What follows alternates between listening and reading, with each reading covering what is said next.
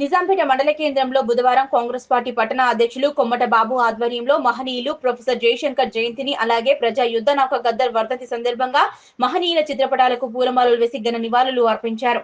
ఈ సందర్భంగా వారు మాట్లాడుతూ తెలంగాణ సిద్ధాంతకర్త ప్రొఫెసర్ జయశంకర్ ప్రజా యుద్ధ నౌక గద్దర్ వర్ధంతి వేడుకలు జరుపుకోవడం గొప్ప విషయమన్నారు. మహనీయుల ఆశయాలను కొనసాగిస్తామన్నారు.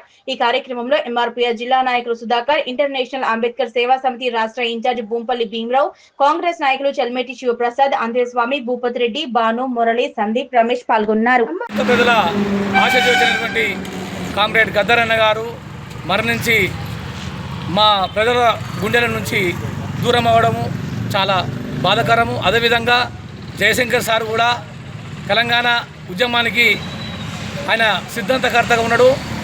ఈ ఇద్దరు కూడా కామ్రేడ్ గద్దర్ అన్న కూడా ఒక విప్లవోద్యమానికి భారతదేశ చరిత్రలో నిలబెట్టినటువంటి ఒక యుద్ధ నౌక కూడా చనిపోవడము, నేటి తరానికి ప్రజల గుండెల్లో లేకపోవడము, ప్రజల నుంచి దూరం అవ్వడము చాలా బాధాకరమైన విషయం.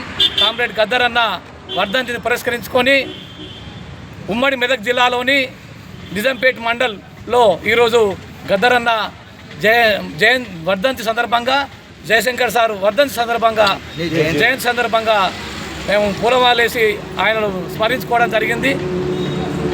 ఇంకా భవిష్యత్ తరాలకు కూడా గద్దర్ చేసినటువంటి ఆయన త్యాగాలను, ఆయన ఒక ఆట పాట మాటను కూడా ప్రజల గుండెల్లో చిరస్థాయిగా నిలిచిపోతుంది. కాబట్టి గద్దర్ అన్న ఆశయాల విముక్తి సాధనకై గద్దర్ అన్న కోసం ఇంకా అనేక కార్యక్రమాలు చేపట్టి ప్రజలలో గద్దర్ అన్న ఆశయాలను, ఆయన చివరి ఏ ఆశయం కోసమైతే ఉద్యమాలు చేసి అసూలు భాషలో ఆ గద్దర్ అన్న యొక్క ఆలోచన విధానంలో ఈ బహుజన సామాజిక వర్గాలంతా నడవలసిన అవసరం ఉందని చెప్పి ఇంటర్నేషనల్ అంబేద్కర్ సేవా సమితి తెలంగాణ రాష్ట్ర ఇన్ఛార్జి భూంపల్లి భీమరావు ఈ సందర్భంగా పిలుపునిస్తున్నారు.